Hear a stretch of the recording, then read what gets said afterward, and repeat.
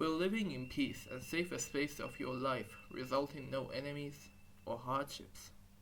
No matter what you try, and no matter how far you take yourself away from the battlefield, there will always be a battle to fight.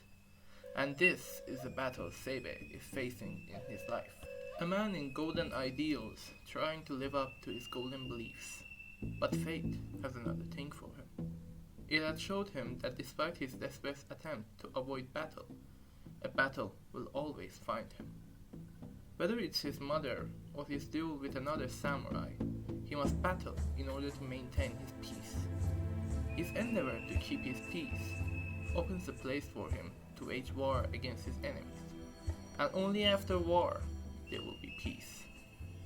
Like a duality of the day and night, and only it is in the twilight that the line between them is blurred, and one can see the peace and the hardship like the Twilight Samurai.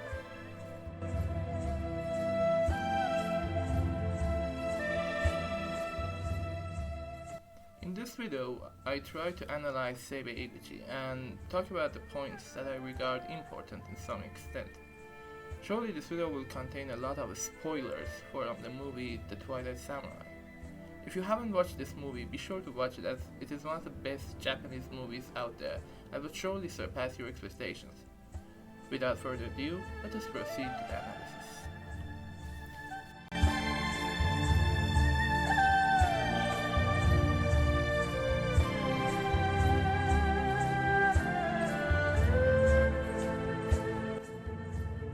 We are presented with a funeral, which from the narrator we learn is for the deceased wife of Seibei, our protagonist. The hardship is past and there will be moments of peace, but another battle arrives, maintaining peace in a house that has lost one of its key members. Throughout the movie, we learn that the funeral, due to some reasons, has costed a lot, and Seibei is working day and night to provide for the family and to compensate for the debt he must pay. The day and night seem to lose its meaning for him, but as long as he can maintain the peace of his own and his family, he works hard toward it. He won't drink with his co-workers, and he won't take a rest. He must keep the peace. It is not apparent to us at first, but Seibei's mother won't recognize his son. Seibei's mother is somehow an important part of the plot in my opinion, and I will talk about it later. He values knowledge as he believes it will bring more choices when you are living your life, and you can choose better life choices to reach a peaceful life. We can also learn that he gives almost no regard towards his appearance, or rather can't, since he is occupied with lots of works. It is visible from his semi-shaved head and kimono. As long as it does not corrupt his peace, he is fine with how it looks. We must also remember that looks are very important for the samurais, and appearance of the ones working for the government should be an example for the ordinary folk. We see that the Lord is visiting the storage, and Seibei, giving no regard to the way he looks, meets an obstacle, a problem disrupting his peace, his looks. Therefore, he rids himself from the bad looks as much as he can, and later on, when the uncle visits the family, we learn that if it was a different era, he would have been instructed to commit seppuku, as it brought shame to the government. Seibei's mother also won't recognize her own brother. Keep this in mind. He gives Seibei the suggestion of marriage, yet Seibei refuses, as he believes that the arrival of an appropriated person in the household will disrupt the peace he has brought for himself and his daughters. The uncle also makes mention of the uselessness of knowledge to Seibei's daughter, regarding it a bad habit for the woman, and it's unnecessary for a woman to study, which goes on to show the old beliefs of sexism toward women, and how it was not an ordinary event which Seibei rebels against his ideals by sending his daughter away to not let the uncle further corrupt the mind of her daughter. Later on, when he is reflecting towards his conversation, he shows signs of discomfort toward the awards of his uncle. In a scene, we see that while they are picking plants, there are washed up dead bodies in the river. This shows up like a sign, as it tells Seibei that this is the reward you get if you disrupt your peace. It also gives on to show the harsh things people had to deal with. And you should keep this in mind that this scene later will make more sense. Later on, the scene with Yunoma, Seibe's old friend, talks about the violent era of the Meiji Restoration, and how the battles are the final results in a conversation. But in these talks, there is the hopes of a new peace. Yunoma's sister, Tomoe, is back, the one Seibei loved for so long. She can make Seibei's peace better, make the life for him and his daughters better, so there is hope. The colors are bland and soulless thus far, and we have seen how Seibei fares his life, hopeful, yet growing tired. Tomoe arrives at Seibei's house, and we see how the household take a liking to her as soon as she arrives. She also came from a battle from his recent husband who used to beat her and abuse her, so she also seeks peace. In the midst of talking about her, we see that Seibei's mother remembers Tomoe, despite remembering no one toward the course of the history. This is like a symbol. In my idea, I think she remembers her in this instance because she has no peace and looks to find one, and she also loves Seibei. Seibei's mother, since she is senile, I can think of her as pure imitation of truth. She can see deep inside people and their needs. So Tomoe's needs for love is seen apparent by Seibei's mother. Keep this in mind. When she is returning to her brother's house, we see that her drunk husband has arrived and starts to beat her when she estays her ground. But Seibei intervenes and protects her, then they both agree to a duel. This man is the exact opposite of Seibei. In this man, Seibei sees the worst things he hates about samurai. He accepts the duel to 1. Create a new peace out of this battle, and 2. To protect the ones he cares about, and 3. To wage war against corrupt behavior. Dueling is banned by the government, and he takes a wooden sword to the duel to avoid getting the man killed, even at the risk of his own life, because killing a man would ruin his peace and also bring a path to new battles. He defeats the man, but the word of his victory soon makes him the talk of the town, and he gains a new respect toward the village he lives. After a while, a man named Yugo pays Seibei a visit and asks him to battle in revenge of his fallen friend who was defeated by Seibei, which Seibei refuses very clearly, as he has to gain nothing from fighting him. After this, we see the new peace Seibei has gained from his battle. Life is better and colors look livelier. Everything's fine the same way they were until this scene. In this scene, Yunoma talks to Seibei about his sister and asks him if he would like to marry her. Seibei declines, as there are few reasons to this. One being the start of a new battle. If he accepts the offer, he will face a battle for the social standings he has. Yunoma has much higher rank than Seibei, and this brings a duality. If he cannot provide as much as he should, his temporal peace might be ruined, and she might turn into her previous wife, which had problems such as these with Seibei, which he also feels guilty about. Another being that Seibei loves Tomoe, and wants to be loved, but yet he is afraid.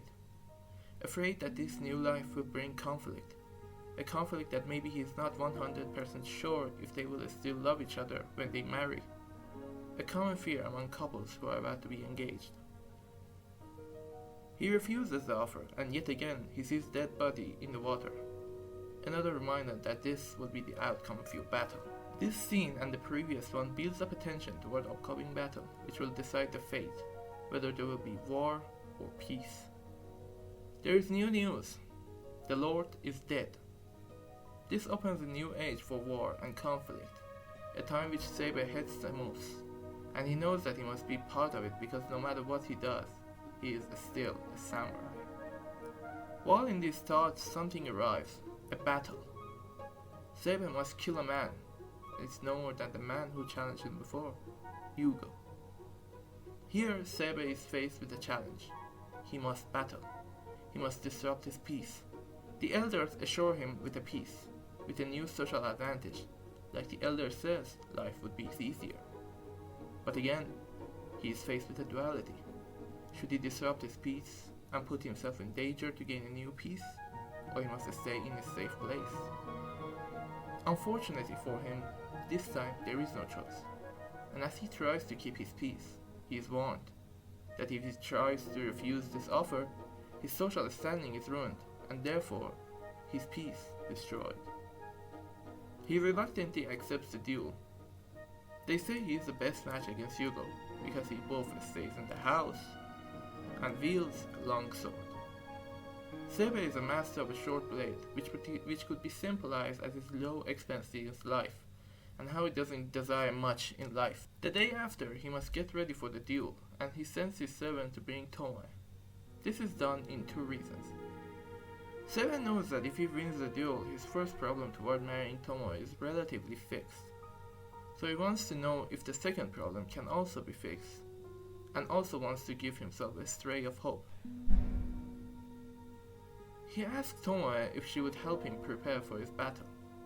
After he is ready, he confesses his love, he makes himself vulnerable, opens the path for a new battle. But he hears that she accepted the proposal. This makes him to both feel a relief, since a peace is created for her, and also a remorse that he couldn't bring that peace for her. He leaves the house hiding his emotions, which leaves us to wonder what will happen to him. What would be the final result for the demoralized Seibei? This seems come to fruition when you see it in this way. Tomoe asks Seibei's mother if she knows her, and she replies she doesn't, which I could interpret since Tomoe has accepted a marriage which would grant her peace. She no longer feels to be loved. This is the reason that Seibei's mother no longer recognizes her. Seibei arrives at Yugo's house. He sees the dead body of the person who fought him before, and yet again it's a reminder of what will happen if he wants to ruin his peace, and also builds tension as if we are going to see the death of Seibei. As he enters the house, he is greeted by a shallow and thin figure of Yugo, who just wants to speak with Seibei at first, a figure of a man who only accepted battle in his life. He says that he wants to flee after that he is finished talking with Seibei. Seibei, at first brimming with ideas of battle and hopes of a new peace, tries to force him to fight in a way. But he is shut down by Yugo, who somehow brings him a comfort or peace which he accepts and is relieved. Yugo tells us a story, and we learn that he was quite similar to Seibei, to some extent, but he was a man who always welcomed battle and therefore has little time for peace. The shadow of a man who Seibei always saw himself in. While they are talking, he learns that Seibei sold his sword to pay for his wife's funeral, and he is here to fight him while carrying a wooden sword. Here there are 2 points. One is that the reason why Yugo attacks him is because he sees the poor condition Seibei lives in, and decides to somehow give his life so he can gain a better life.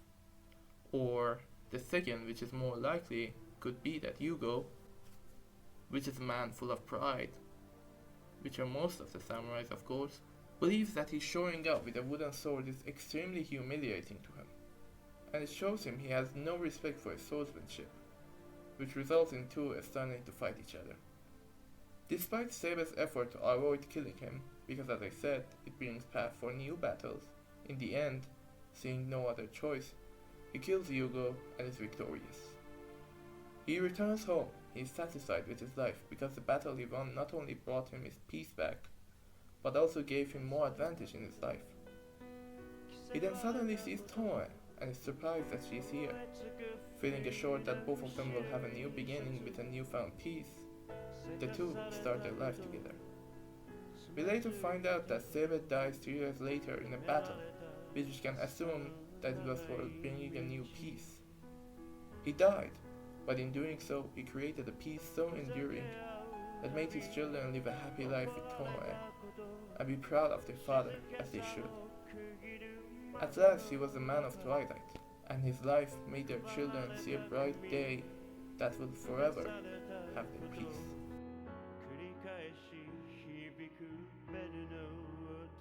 In this movie, there were quite a lot of things I liked: the acting, the story, and most of all, the soundtrack. Soundtrack is so important for me in both gaming and movies, and the best example of the soundtrack reaching its peak is the scene where Tomoe starts to comb Seibei's hair. This is the most brilliant and most beautiful thing that I have seen, and it will remain the same for a long time. Everything in this scene gave me goosebumps and made me emotional and moved me in a way that I almost barely blinked in the last 40 minutes of the movie. Hiroyukisanada was extremely good in this movie, and we must remember that it was this movie that pushed his career. My point for this movie is 10 out of 10. It's a must-watch movie in my opinion, and no matter you like it or not, you must watch this movie. Thanks for watching this video so far. It was a long time since I hadn't uploaded any video, and there were times that I was really frustrated as to what to do because problems kept popping up with my life. But I hope I can keep my pace and have regular uploads. If you have any ideas or comments about this video, be sure to drop them in the comment section, and if you have the ideas of new games, movies or animes for me to cover, be sure to tell them in the comment section and I will try to create videos for them. Thanks for watching this video, and if you like this video, be sure to like and subscribe because there is much more to come and you can get notified for them. Keep strong, keep powerful, and I will see you all next time.